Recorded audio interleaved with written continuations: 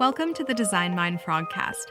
Each episode, we go behind the scenes to meet the people designing what's next in the world of products, services, and experiences, both here at Frog and far, far outside the pond. I'm Elizabeth Wood.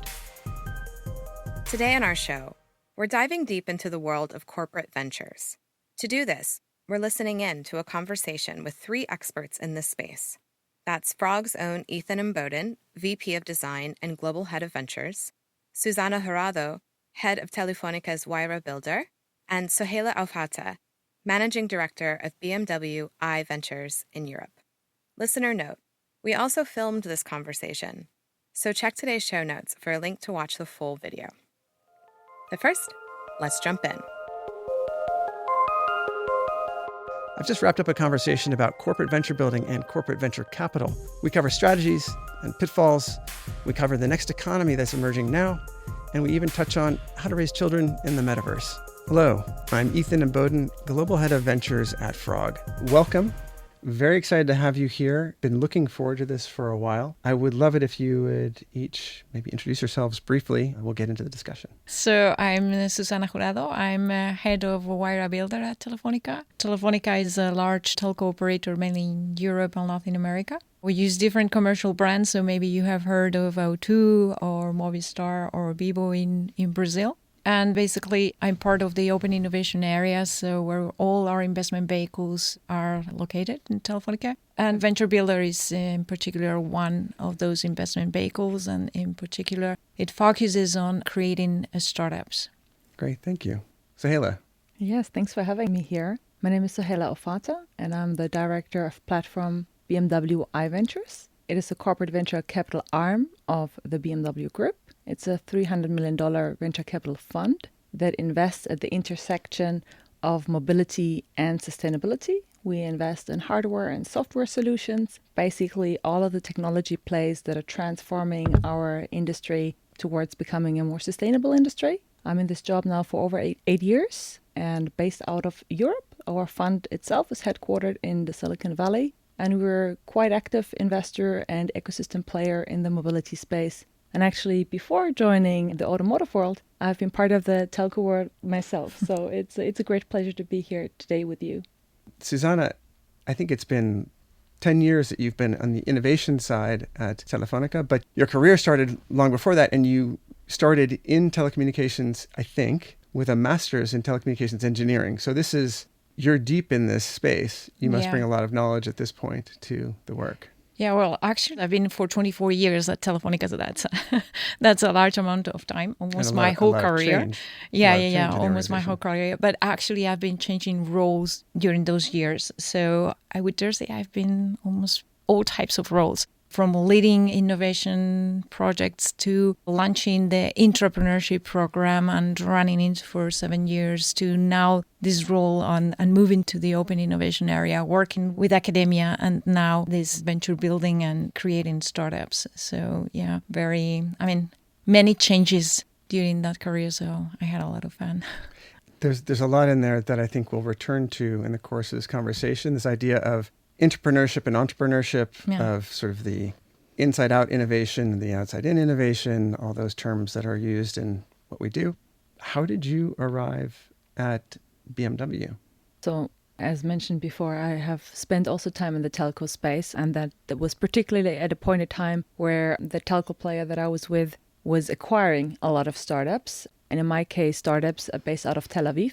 And I was specifically hired for a team that started to work with these companies. And it was all about leveraging the innovation of those companies after acquisition. I was really amazed by the speed that they had, and the dedication and the execution speed was really outstanding. And it was about building the bridge between the corporate and the startup in order to make this innovation accessible. And I really loved it. And I've been, ever since, over 15 years, always working at the intersection of corporates and startups, always entrepreneurial focused, innovation oriented. I have seen a lot of different programs, from entrepreneurship programs to open innovation programs to venture builders, incubators, and so on. I do think that the cultural context matters a lot. Maybe you could echo that, but I would assume that within Frog, you've had the privilege to work in a context where people are very open-minded, very innovation-oriented, and are used to being challenged and potentially wanting to flourish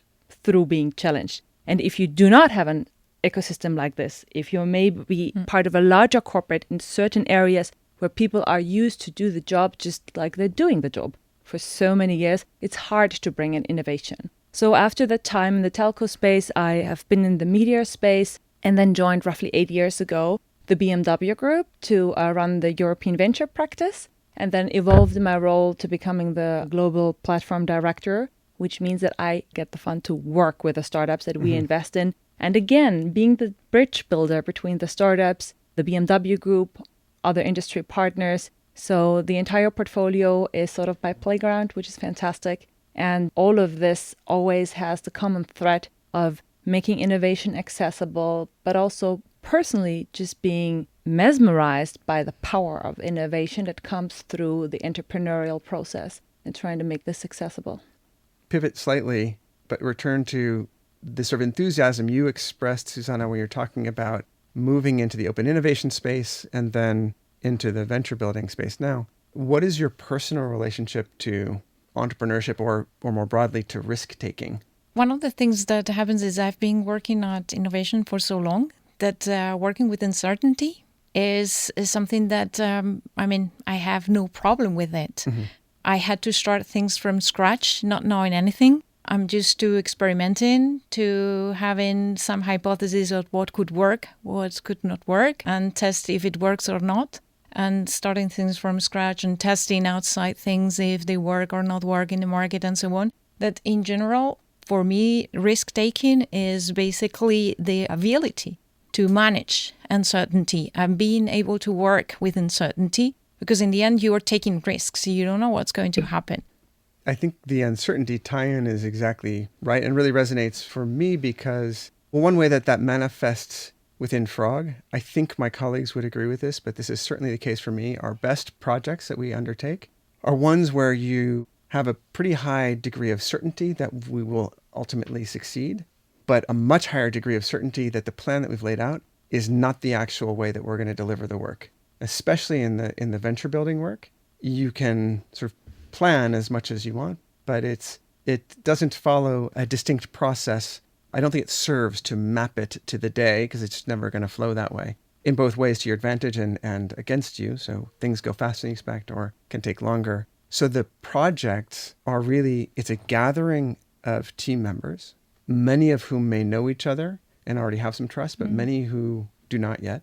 And then it's sort of a joint trust fall into one another's hands, into the hands of our collaborators as well, because we work very closely with our clients to do the work.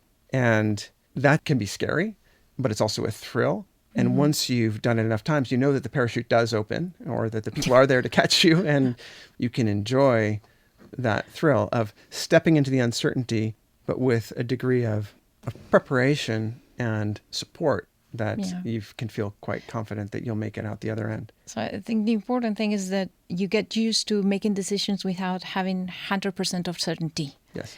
You don't have all the information, but you know when you have enough information to make a decision and go ahead. And you call it the parachute, but in the end you realize that maybe this doesn't work, but I know I can find, when I learn why it doesn't work, maybe I can find another way to make it work.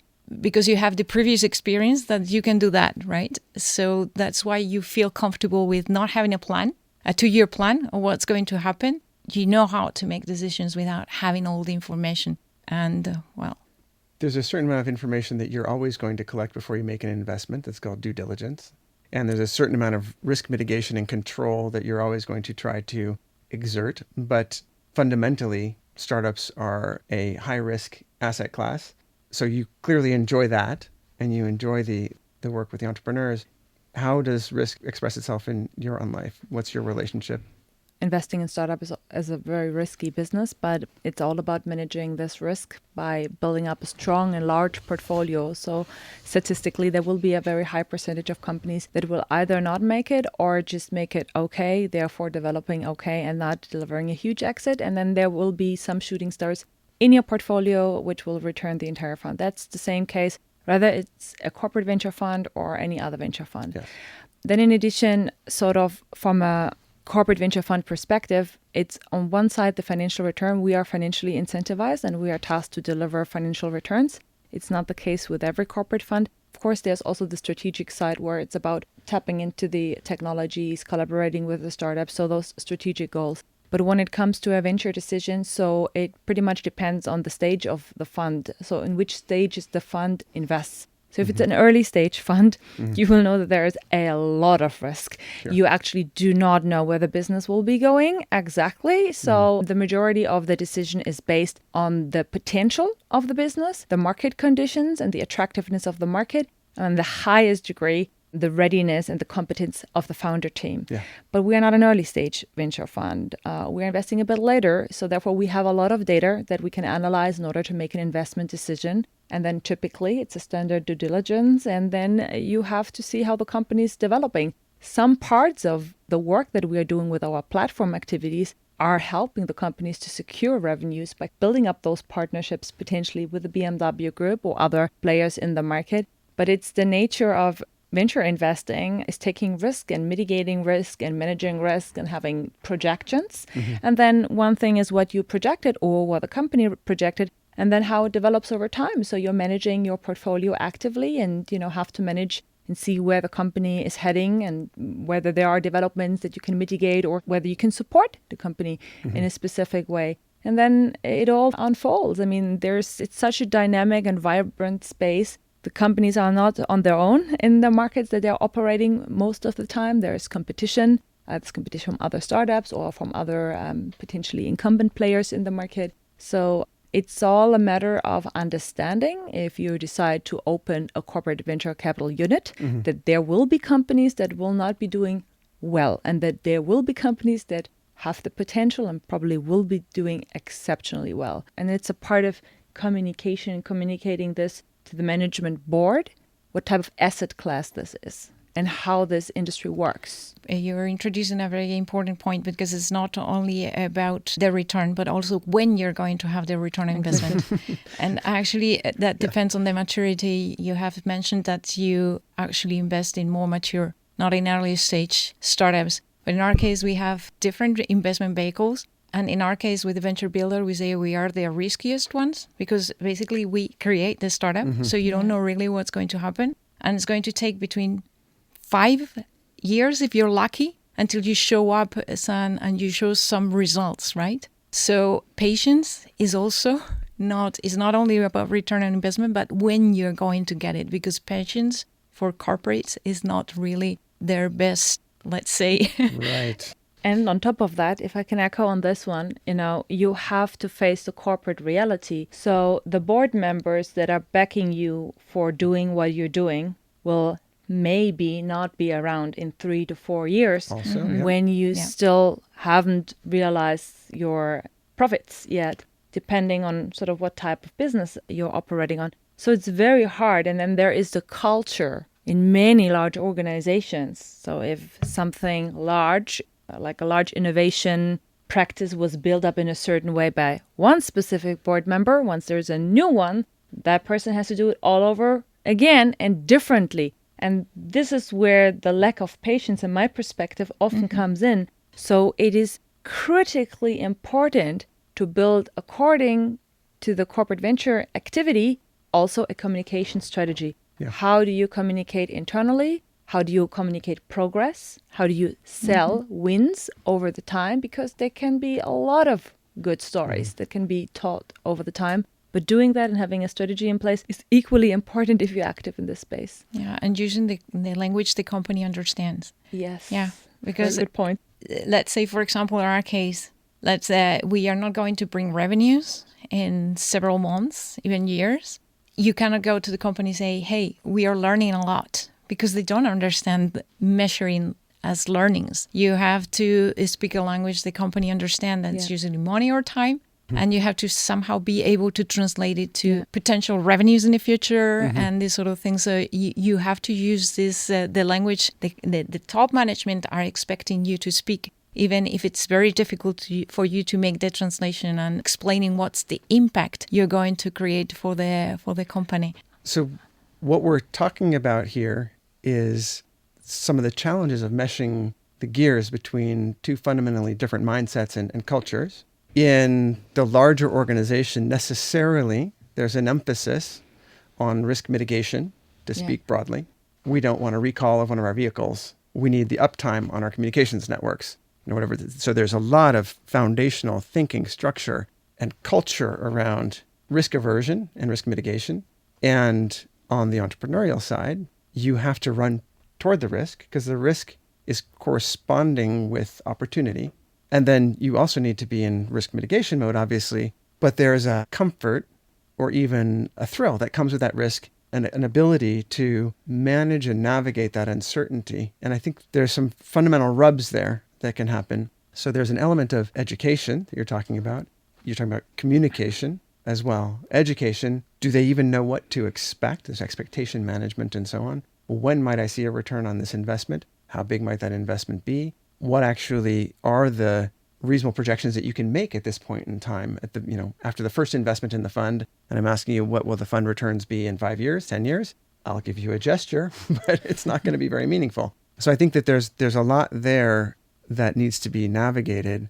And I'm curious for you, Sohaila, where was BMW in this process of acclimating to investments and to having their expectations correctly set and being educated on what was realistic at the time that you began at BMW iVentures? What was in place and what was that like at that point?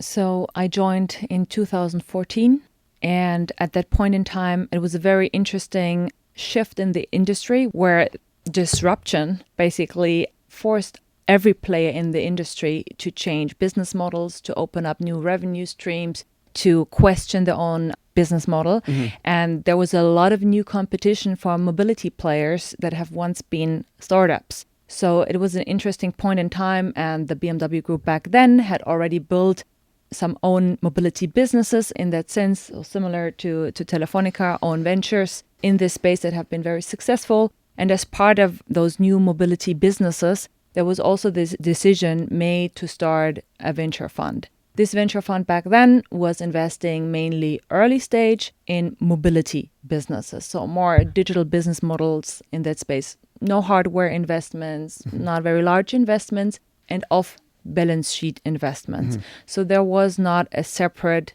legal entity for the venture activities. The venture people were part of that larger new mobility sort of ecosystem, right? And at the point in time when I joined, there was the desire to sort of increase the activities in the European investment sphere and to sort of build up the team, get more active in the space, build out a reputation, being known in the industry as a great investor, and sort of talk about the benefits of, taking investments from BMW iVentures. And we have been at such a pivotal time around that we had the opportunity to pitch to the BMW board the benefits of spinning out the venture fund. Because if you are active investing, you are just one of many investors. So you sit at a table with the entrepreneur or the entrepreneurial team, other investors, and all of the incentives need to be clearly aligned. And typically these are financial incentives because the goal is to increase the value of the company and have a large exit. So it's very hard to come in with strategic mindset only, right? Or with strategic mindset, which is perceived for many startups as being unstable, can change from one day to the other day. Or conflicting even. Conflicting, and then having different, execution speed. Because obviously, if you are making off-balance sheet investments, you need an internal approval process. And that's what I still up to date tell everyone who wants to run a corporate venture unit. You should not have investment decisions or an investment committee, ideally, which is based on corporate decision-making processes, because typically they are not steered to making super fast decisions. And no, startups are not the best in the world. They're not lining up and just waiting for you to invest. It's competitive. So you have to be extremely fast, founder-friendly. You have to have proper term. And there's generally a misconception often in the market about corporate venture units. But corporate venturing is around for such a long time. It's professionalized over time so much that many corporate venture units by now are acting just as any other institutional fund with the same professionality, with founder-friendly terms, and then with the add-on that a corporate venture can deliver. So back then, the decision was made to spin out the first proper fund, which was a $500 million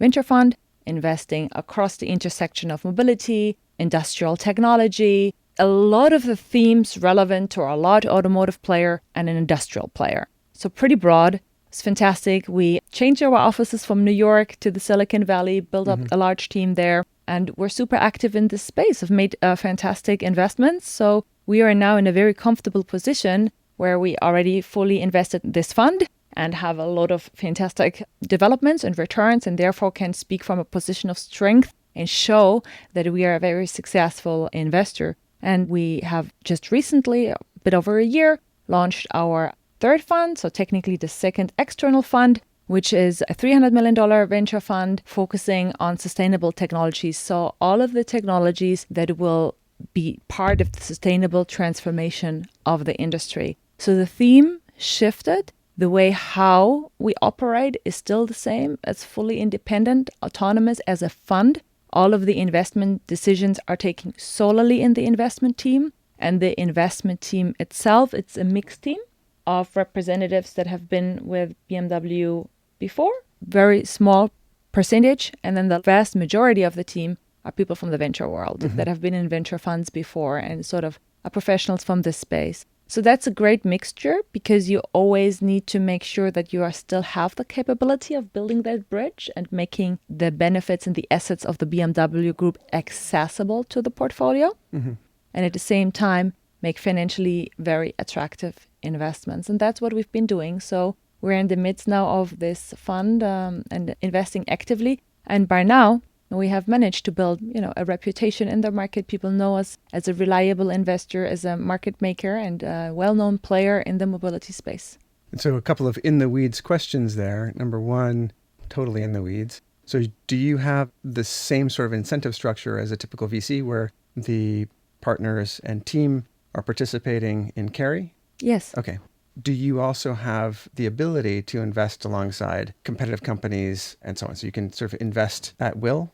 Well, we are quite often investing with other automotive players. Yeah. That's the very common question. Because these syndicates that we are building are the most powerful ones quite often. And obviously, when possible and when it makes sense, we want to be the first automotive player to make an investment or leverage the technology. But if the type of business requires to work with a lot of automotive players to become a successful business, we as the investors have that duty. Because our job is to maximize the financial performance of our fund and of the money that's been provided by the BMW Group to make these investments. So earlier in the conversation, you made reference to, I think this is what sort of triggered some of this investment activity at BMW, external disruption triggering a recalibration and internal change and leading to this fund and a number of other initiatives. And I think we have some significant external disruptions happening right now.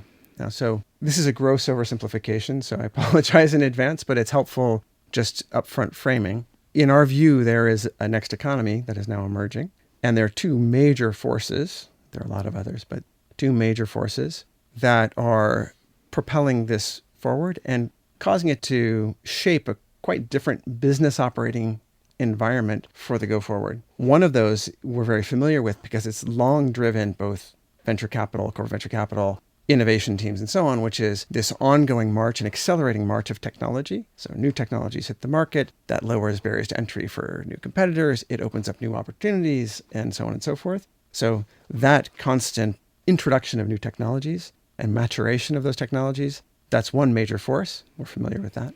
But that now, which is already complicated and accelerating, is compounded by the climate crisis.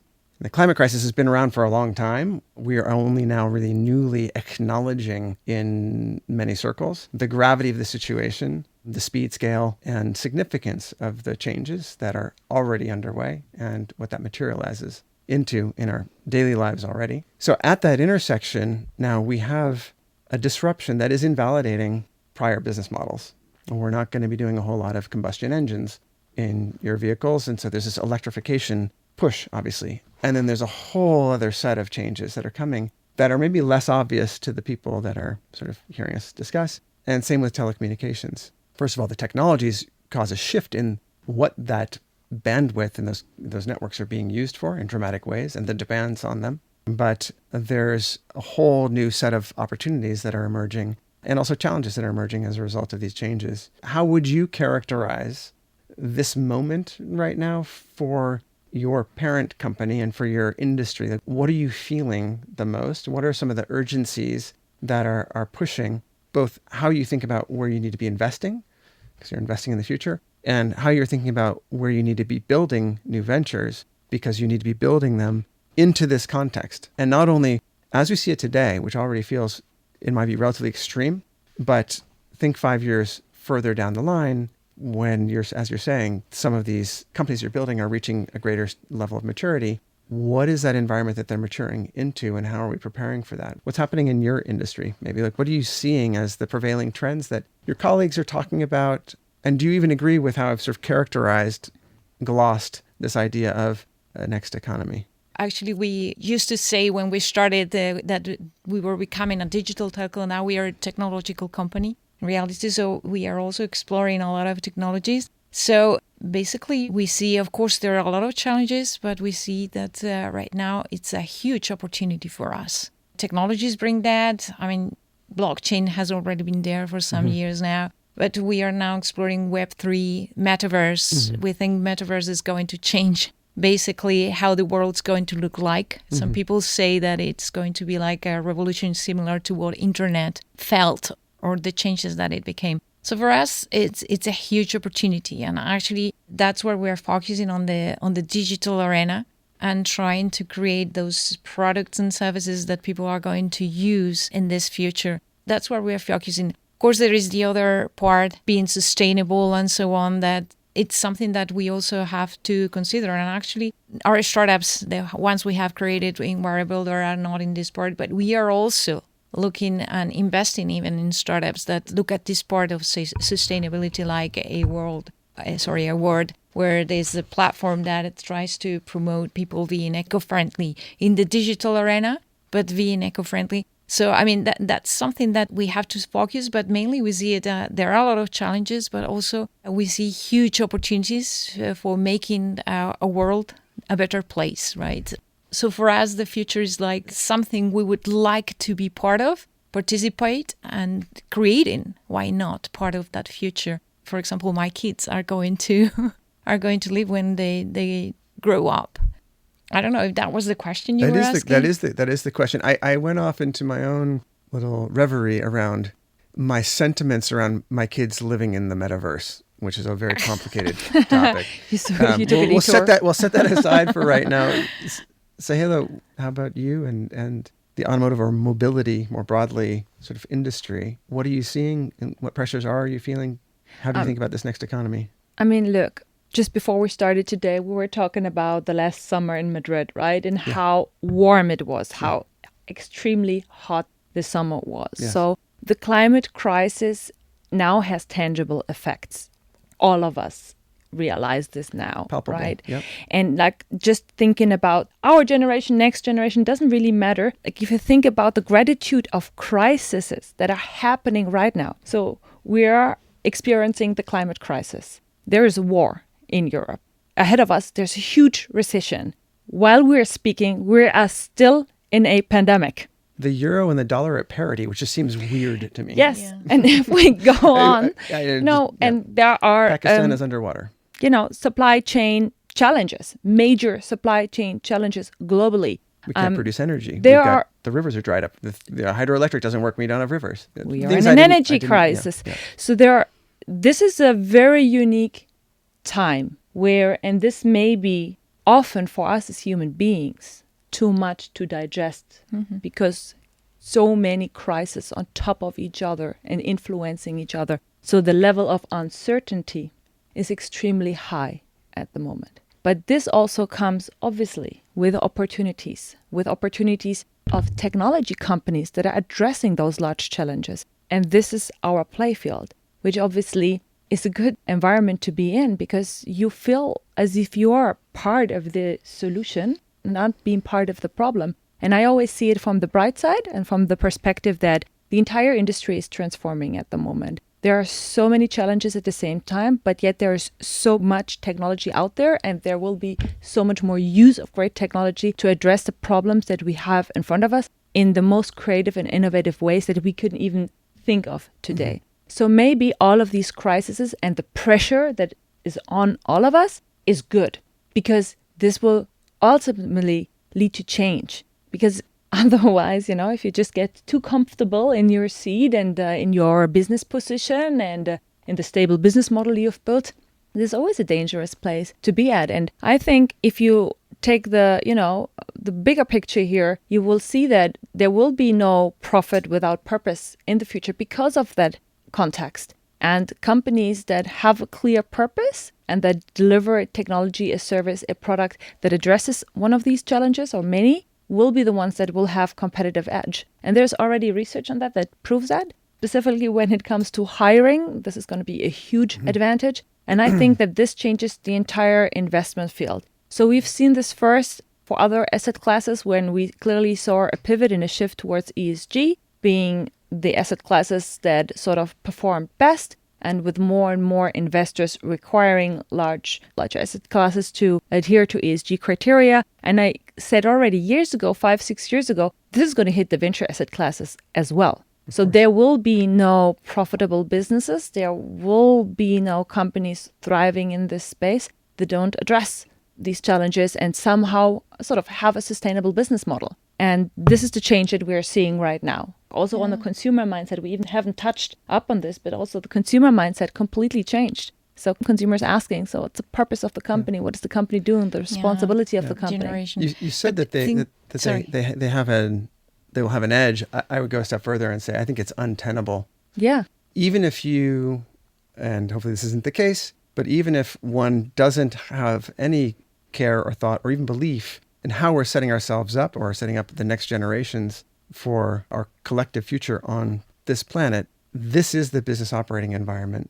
And even just the regulatory shifts, or like you're saying, the consumer sentiment and so on, it will make it absolutely untenable, and is already making it untenable for these businesses to be on the wrong side of history. And that is a really fortunate outcome of a really desperate situation. And please, sorry, I cut you off, Susana. No. It was just going to say that we can already see some of the changes that are happening that are, for example, some things that didn't happen. And I think the digitalization is helping with many of those challenges that you were mentioning, because actually probably one of the, or the only thing good that the pandemic brought is understanding that you don't have to be in the same place in order to be able to work, for example, in our offices. So you have seen, like, for example, pollution in cities have decreased because there is more people working at home. Also, people that stopped living in the city because now you have things like full remote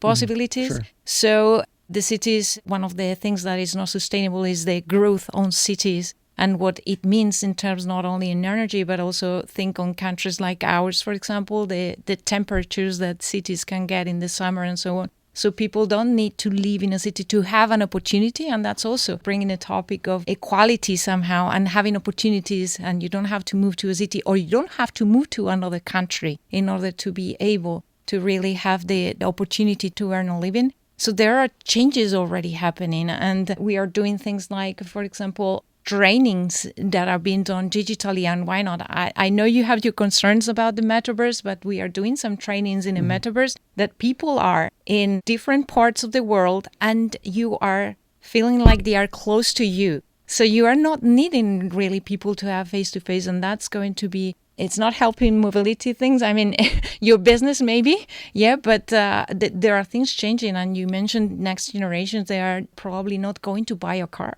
They are going to use the options that you have right now or different options. So there are many things that are going to happen, but we are already seeing them. Of course, we don't have a crystal ball. There are many more things that are going to happen, but already some of the things are being addressed by technology and these companies, these startups that are already out there, but already are being in the idea phase. And in 5 years, probably they are going to change even more. So just a quick follow-up here. Just from my perspective, there will always be people and goods moving around. And just like you said, right, some people move outside of the cities. In the future, it will probably not matter whether it takes you an hour or 2 hours, because you'll be sitting in an autonomous car, being able to take calls while you're approaching the city center, just for the meetings that you need. Like, the entire way how we live changes. And when, for good or worse, the pandemic has shown that we have this incredible flexibility as a species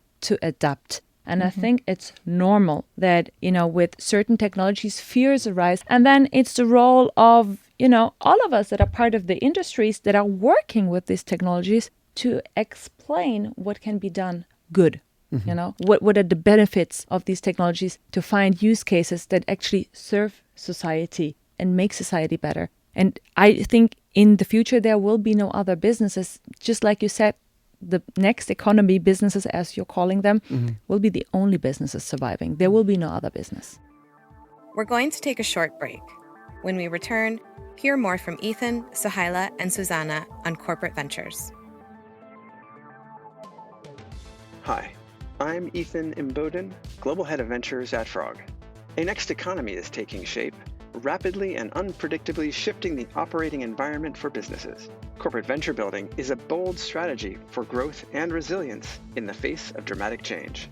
Download Frog's new Chief Challenges Report, Venturing Forward, to find out how to equip your organization for what's next, to engage your teams to move from hypotheses to results, and to defy what's possible now to inhabit the future. Now back to our conversation on launching, building, and investing in corporate ventures. We've actually done some interesting work on the journey, the child's journey with the autonomous vehicle. It's just very interesting to dive into and understand how different that day can be with that service. I really like where we are now. I'd like to dive deeper into how then tangibly, the venture building work that you're doing or have done. It sounds like there's core business work that's happening, right? You're clearly building out more and more robust, higher speed infrastructure that will support the bandwidth needs and so on of these technologies in the core business. How do these new circumstances that we're talking about, these new technologies, how are those manifesting in your thinking around the venture building activities and maybe the ideas that you're identifying to pursue and so on? How does that tie back? Well, I should explain a little bit that I think I mentioned it before, that we have different investment vehicles, and we have investment vehicles for different stages of maturity of the startups we invest in. And also depending also on the ticket on investment as well, of course, we realized that we were missing like a piece, right? We were missing the opportunity of creating startups. When we started actually with our venture builder, the idea is we have been working in Telefónica. I mean, innovating has been part of our DNA since we started. We have always been working on potential ideas, potential future products and services, but some of them really don't make sense for Telefónica, or maybe there's a strategic change, or maybe we realize it doesn't really make sense for them to be part of our portfolio. So basically, what we realized is we were missing the piece of, okay, let's pick these things that don't make sense as part of Telefónica, but they could potentially become startups and take advantage of these opportunities that we have there in the market. But also at the same time, what we are realizing is not only not works for what we are doing inside. There's a whole world out there of ideas and people that are approaching all these opportunities that we are mentioning, and a lot of people you can partner with as well. So basically, what we are doing is looking for these ideas also in the academic ecosystem. Why not? We are also looking for these ideas in other venture builders. We are also looking to other corporates. Why not? Maybe BMW, if you turn yourselves also into a venture builder. But there are also companies, for example, we are talking to corporates that are in the energy arena where we can join forces, right? Mm-hmm. They are in the energy part, but combining it with the connectivity, communication, digitalization, you can even address an even bigger challenge, right? So that's what we are moving through because, return on investment is important, but in our particular case, we also want to create value for the company, bringing innovation to the company, and also in particular in our case, that we are creating these startups are not going to, if they reach that part, but they are not going to bring a value until 4 or 5 years time, right? So basically what we are trying to do there is also creating like the future businesses or the future value that is going to be coming to the company. So it's there where we're focusing as well. So for us, it's important also as well, not the return on investment, but also making sure that somehow we are going to address the business opportunities that are going to be there in the future and preparing ourselves for what might happen in 5 years' time. But here I see the difference between what you do and how you do it. So what we're doing is clear. We're investing in startups. But how we are doing it is the secret sauce, because we spin out, we are financially incentivized, because we believe this is the way to be successful long term. After understanding in corporate venturing what is all out there, okay, I understand there are entrepreneurship-focused programs, there are entrepreneurship-focused external programs, open innovation, working with academia, and so on. There are so many different programs. Understanding them, tick box. That's where a lot of the corporates get to. But then actually understanding how to make them successful and actually why are we doing this? Because in many cases, I see corporates that, for example, want an image effect, a positive image effect in the industry or towards customers, which is an absolute legit goal. But if you want that, go for a program. You don't need a venture fund. Why investing? Why playing and pretending to be an investor when this is not relevant to you? You're not trying to make financial attractive investments. You don't need it for the image purposes or the marketing goals, which might be attached to this very specific program. That don't go that route just because you watched a lot of Shark Tank episodes on TV, you know. And so actually, as people that are work in the open innovation area, in the corporate open innovation area, sometimes you have to be kind of a translator and make them understand. Because imagine in a particular case, we are taking technology we have inside. We are basically creating a startup. What the people in the business unit, that is the owner of that technology, wants is as much equity as possible of the startup. And so you have to say, no, you cannot do that. Exactly. When the startup is created, most of the equity should be part of the team, the founder team should have most of it. But not only because of that, because when the first investment comes, if investors see that a corporation has more than 25% of the equity of the startup, they don't want to invest. So you basically have to be very careful how you put in place the cap table you put in place for that startup, not to compromise the future of the startup. Because if they are not able to raise more money, the startup dies even if the business is working. So actually we have to say, okay, in our particular case, we had to put it in as part of our investment thesis and say, we are getting maximum 20% of the equity of the startup we create. Because otherwise, kind of like the feeling or necessity of we have to own most of the startup comes to control it. Yeah, to control it completely is important. And that's something that other investors are not going to like. I think the good news here is that just having had these conversations across many different relationships and clients across different industries, I think a lot have learned this lesson probably the hard way, that if the intention really is to spin out and if they actually want other investors, unless the two investors are both strategics and they both have exactly the same strategic objectives and they can really reach alignment, if you really want to open it to external VC, which, as you said, with pure VC, there is one metric.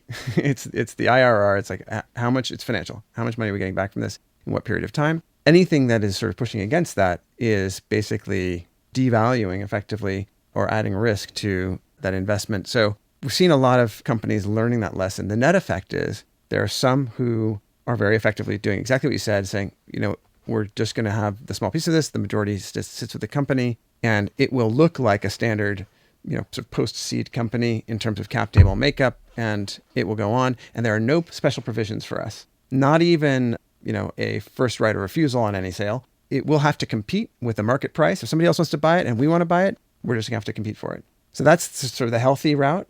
It still does enable these companies, I think the value is, even though they're going to have to compete to buy it, they're going to be aware of what's going on. They're going to have sort of inside knowledge of how it's progressing. So they'll be in a very good position to make a purchase at the right moment. But they will also be able to bring partners in, financial partners effectively, to help them to scale a whole portfolio, as you're saying earlier, of opportunities that they're pursuing simultaneously and diversify that risk and benefit from that portfolio strategy. So even though, yes, it feels like, wait, we built this and now we have to spend all this money to buy it back. The fact is, ideally, you're building many, you have this portfolio strategy, and you can understand how they're evolving, how your strategy is evolving, and buy back the ones that are most relevant. And then that works for this sort of in this natural way for the outside entrepreneurial ecosystem. So that's been really good to see. So actually building on what you're saying, one of the things that I think it's also important is bringing other financial partners is not just that you are diversifying the risk, that is true, but it's also part of your validation. Sure. I mean, in our particular case, it's part of our investment thesis that we have to validate the idea. We don't create a startup unless we have co-investors. Yep. Why? Because it's not only diversifying the risk, it's also if someone else is interested in investing, it's probably because it is a good idea.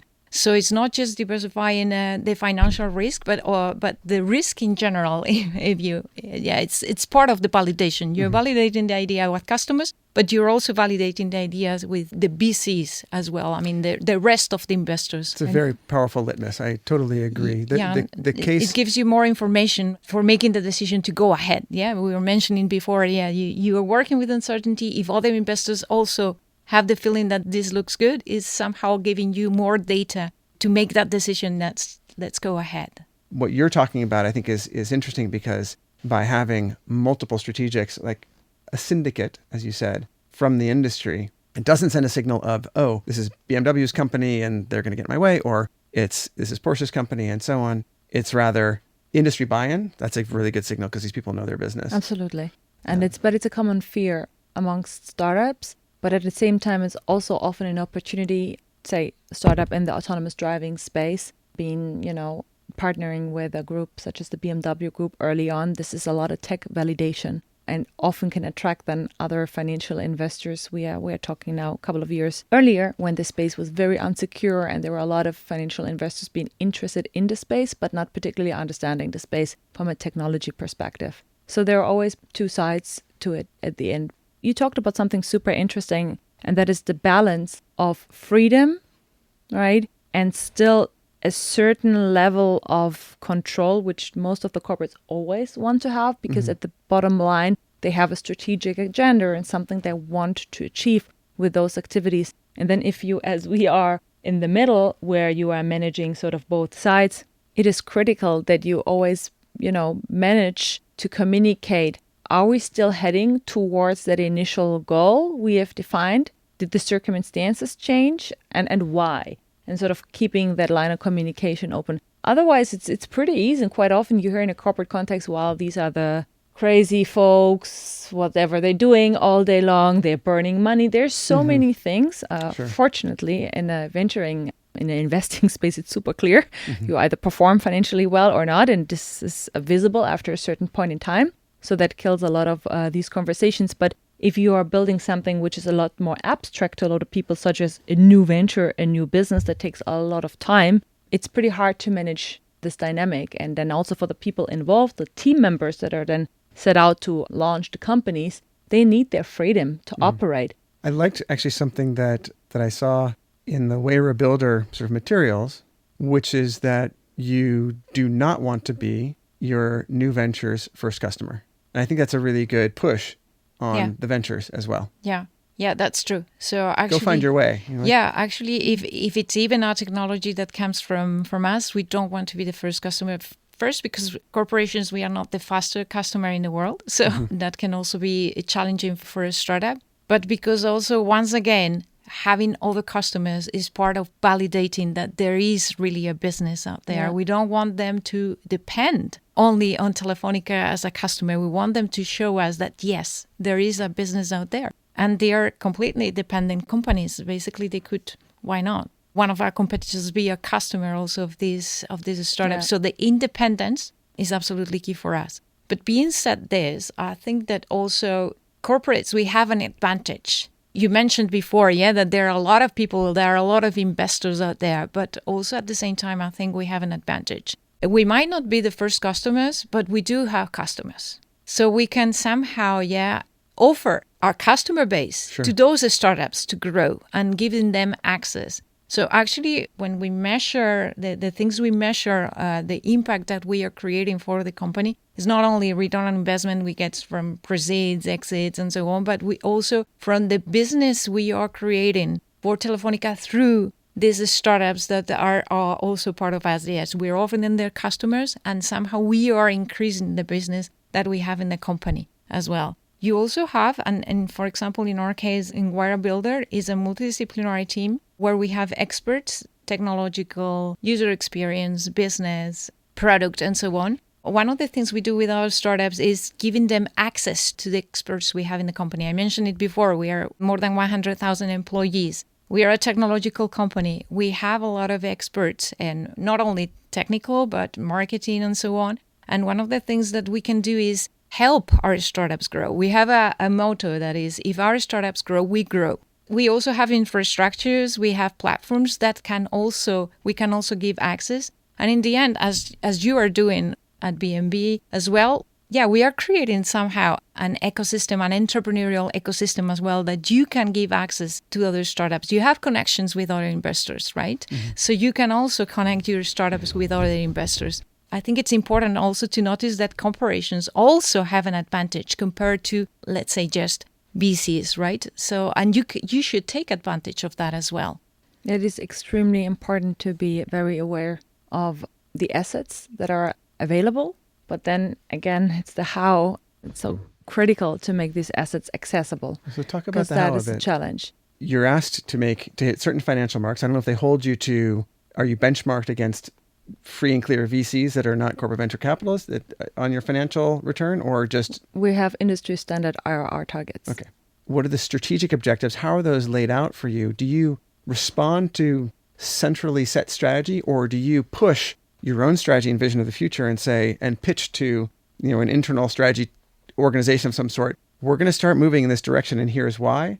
How do you return really in these other ways back to the business? It depends on the investment. So there could be cases where we make an investment decision and we are very certain about this investment decision and have a hypothesis on where a certain technology is going to develop, and we have good reasoning for that, and we share this knowledge with our corporate LP. Also, obviously, there are Chinese walls between the startup and the corporate LP, but we are part of the ecosystem, so we see the development and actions other players are taking, either in the automotive world or on the startup side. So we share this knowledge very actively, and that is super important, and making this knowledge sort of accessible in a way where you have regular exchange with, in our case, the senior management board that we're meeting very regular, or the senior strategy team. So that is one point. But the other point is super tangible, because in our case, actually, we want to be the first customer.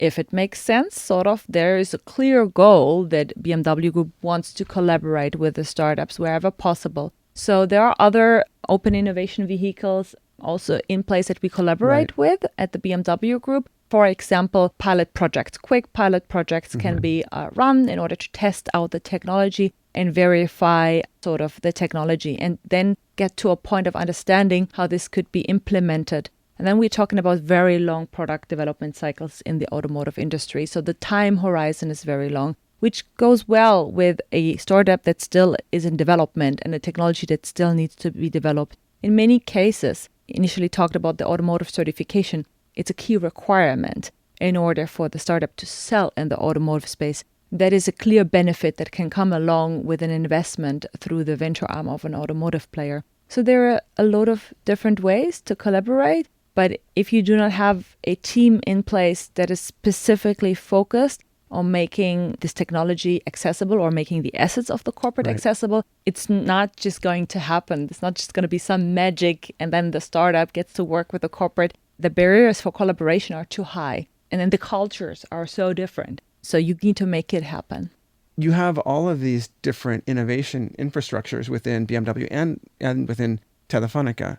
I'm curious now how opportunities, in your case for investment, in your case for new opportunities for building new ventures, how they flow from that pretty complex organization back to you. Do you get any deal flow and insights that translate into investments or into research into specific areas? How does that connection work?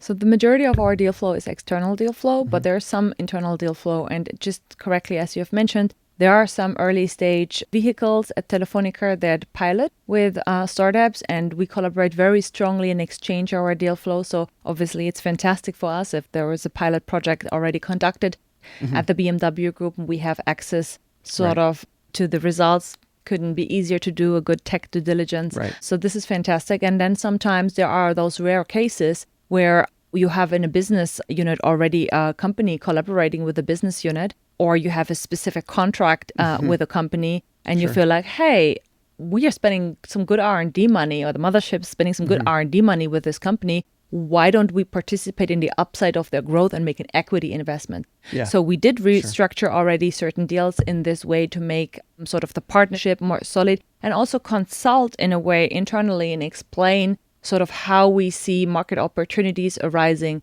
And that is fantastic because that's how it should be. But we are also super data driven. So we also scrape all of the data from all of our procurement departments and analyze structured. Are there any companies in there that we haven't seen so far and that are in our investment mandate and that have potential? So that happens too. So it all gets, if I understand correctly, one sort of collection point where everything gets aggregated is procurement. And so you can look at that data instead of asking this group, that group, and whatever. You just look there and you can scrape. Everyone knows this. Procurement department is the golden gate towards every corporate. Yeah. So at a certain point in time, we were like collaborating with the procurement team. We're talking about how to exchange better and how to work with each other. And we clearly then understood, okay, the easy way to do that is to scrap this data, matchmake it against our database, and then have some analysts in the team look, is there some further potential? But these are very small fractions, so I don't want to put this in the middle here. But it's all about how to do this the most efficient, smart way that works for my corporate. And in our case, the vast majority is our venture activity and external deal flow. And it's the role of all of the investment team members to gather and collect and analyze relevant deal flow. What about in the opposite direction? How are you flowing information into the group? Well, as mentioned previously, so we have those very regular exchanges where we're actually digesting the knowledge, the things that we see in the market from a venture lens perspective, and sort of have a very open dialogue with the organization, the senior management team, how we see certain developments in the market. And it could certainly happen that we have a different opinion. And then it's all about breaking down why we have this opinion. And there lies the value in having these discussions. And then over time, reality proves which business models or which technologies are sort of succeeding. So there's always sort of context to our discussions. But then again, a lot comes through the actual work with the startups and the partnerships that we facilitate. Right. And does that literally come down to, in terms of just the information flow as opposed to the partnerships, does that literally come down to a written report or a workshop on a quarterly cadence, or is it very structured? Yeah, it's not the case for us because we find it, we have thought about this possibility, and a lot of corporate venture funds do it this way. But the markets are changing so fast, and we don't believe that this is the way to do it. So we have very, very often on a high frequency, investment briefings, sort of knowledge from investment briefings that we are sharing. We have an internal podcast, also where we speak to a broader audience. This is voices from iVentures into the organization. Yes. So we have an external podcast actually that we are also making available internally, but we also have from time to time some internal, more informal conversations where part of our teams come together, talk about a specific topic, and we always try to make as much of our knowledge accessible to the wider organization because that is one of the critical parts of strategic value that we bring. Right. And for you, Susana, it can be very hard to identify and source within an organization with as many departments, innovation capabilities spread out, geographies, sort of sense the opportunities, source them from within, and do your own sort of sift to figure out what would maybe be appropriate to move into your venture building sort of funnel. How does that currently work? Is there someone collective sourcing and then you sort of fork off things to the different innovation groups that sort of fit in different ways? Or is it really your team is looking for those ideas? Or are you sort of generating more of those opportunities internally to your team and validating them? What's the workflow there? So basically, we dare say that we look for opportunities everywhere. So there are several ways. I mean, we have this core innovation organization that is the internal innovation I was mentioning before. They are constantly checking and prototyping ideas. So that's definitely one source. Actually, let's say the business units, the operating businesses are in contact with the market. So actually, we also talk to the business units in order to understand what opportunities are out there that are not being covered by either the business itself or by startups already out there. So there's an opportunity for creating a startup through Wayra Builder. So that's internally, we need to have conversations and we need to explain what we do and actually show that we have an opportunity for not only spinning out things that don't make sense for Telefónica, but also to create startups that will address things that have been identified. I think we have that advantage, yeah. The business units are constantly looking at the market, looking at where their customers are going on. Sure. What are other competitors doing out there?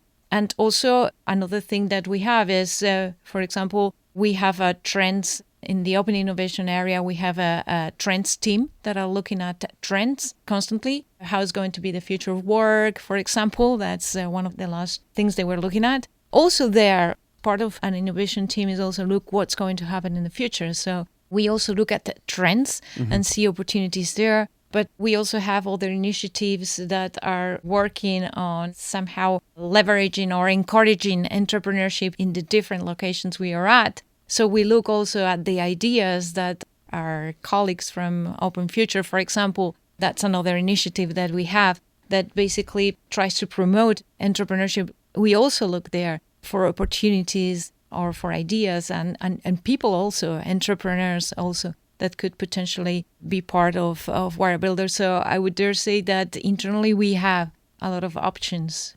So last question for you, Sohaila, is, and this is a bit more abstract, is there anything that you've seen or intersected with recently that gave you some sort of perspective on the future that you found interesting and maybe brought back to your work or just altered how you're thinking about the next 5 to 10 years? I mean, my entire job is based on looking into the future. So that's sort of my day-to-day life. And when I see those most creative ways to reuse materials, for example, or completely new technology that allow us to produce steel, which is CO2 neutral, I develop hope. I develop hope that we have ways as a society to tackle the challenges ahead of us. And that truly gives me a sense of purpose and gives me the energy and the motivation to, just give all my best in every day in this job. So that's my daily bread and butter, Ethan. So Susana, you have a trajectory in your organization where you have moved progressively through the innovation organization and out to what could be seen as one of the sort of extreme edges of it in an exciting way, in a good way, which is building new companies from the ground up. For others who might be looking to move in that direction within their organization, do you see any pathways for them that are, or maybe turning points in your career that might indicate to people how they could move in a more entrepreneurial direction?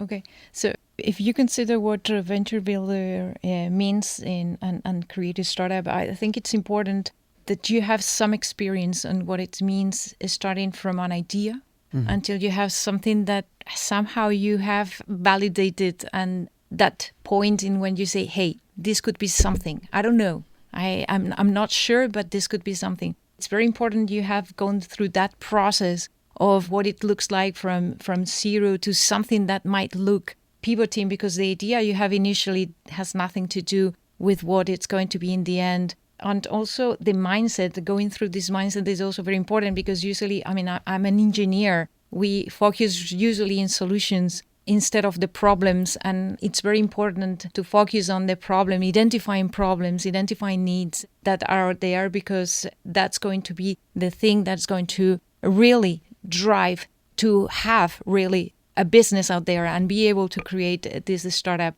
So this kind of mind of focusing on the problem first. Don't fall in love with the solution, because you probably started with the solution, but the problem is the important thing. And also this thing of pivoting, because what you think is going to work, even if you are focusing on the problem, once you start going out there, it's not really, very few are. And I particularly don't know any startup that with the initial idea The one that they launched in the market was the initial idea they had. So being through that process and doing it several times is important, but also having contact with people to understand what kind of people are the right ones for this type of teams that are starting from scratch, because there's nothing to do when you look at startup that is already out there, that has already customers and is about to scale, or is it scaling the team there you need there is very different from the team you need at the beginning. Multidisciplinary team, very small team, but multidisciplinary people that they can do something technological, but if they had to go out there and sell, they are going to do it. So identifying the people, the motivation also of the people and so on, you only have it if you have gone through this several times. So all the experience I had, for example, when I was in entrepreneurship, also gave me the feeling that you need right now to say, okay, this idea looks good. It has reached a point where you don't have 100% certainty, but you have some information to say, yeah, we're in the right path. This could be something. But also when you work with entrepreneurs, with founders, also to find those that, yeah, this person is capable of pivoting, this person that is focused, that really has the motivation to make this happen really. So he or she hasn't fallen in love with the idea, is really focused on the problem, on solving the problem. And if they have to just drop to the garbage what they have built until now to make sure they are addressing the problem, they are going to do it. This only happens when you have gone through this several times, Yes. and you need that experience. You touched on so many things that are near and dear: the multidisciplinarity, the commitment and focus, the grit, if you will, the focus on the customer need, the agility and the willingness to let an idea go and move on to the next in response to sort of the empirical feedback that you're getting and so on. Completely agree with all that. Now, anything that you've seen recently, been thinking about, that's given you a view of the future? I think it's quite interesting. And I think it's true probably for all of us that we live a bit in the future because our job is to be looking at that. Is there anything that stands out to you that has been inspiring and influencing how you're thinking about what's coming next in ways large or small? Yeah, I mean, basically, I agree with what Sohaila said. And one of the things I love about working on innovations, basically, you have a window to the future all the time, yeah? But I think also what's important is that you can somehow contribute to that future. It's not just a window where you're looking at.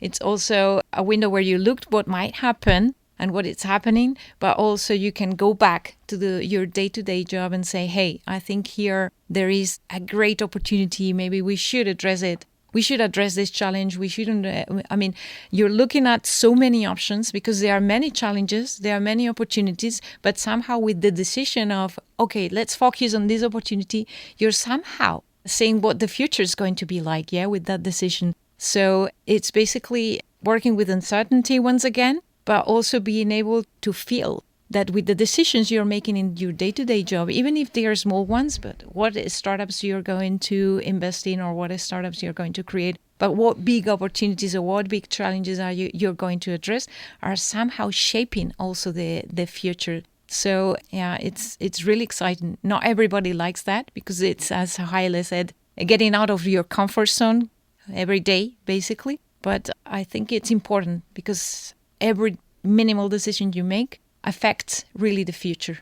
I think that's a great place to wrap up. I love this idea that the work that's going on here in corporate venturing isn't just looking forward at a future through a lens. It's actually helping to define and build that future. And I'm very encouraged by the ways that you see that future and the opportunities that lie ahead for corporate venture capital and corporate venture building to really make an impact. I think that this work can have an outsized influence in laying a new path for a company that may otherwise be really challenged or just not end up on as powerful a path as the one that we can help to describe. Mm-hmm. Thank you both so very much for doing this with me, and we'll keep this conversation going. Yeah, thank you. Thank you. That's our show. The Design Mind Frogcast was brought to you by Frog, a leading global creative consultancy that is part of Capgemini Invent. We really want to thank our guests, Ethan Imboden, Susana Jurado, and Sohaila Ouffata, for sharing their expertise. And a special thanks to Stephen Strange for creating the video version of this conversation. Be sure to check today's show notes for more on our latest Chief Challenges episode, Venturing Forward. We also want to thank you, dear listener. If you like what you heard, tell your friends, rate and review to help others find us, and be sure to follow us wherever you listen to podcasts. Find lots more to think about from our Global Frog team at frog.co/designmind. That's frog.co. Follow Frog on Twitter at @frogdesign and @frog_design on Instagram. And if you have any thoughts about the show, we'd love to hear from you. Reach out at frog.co/contact. Thanks for listening. Now go make your mark.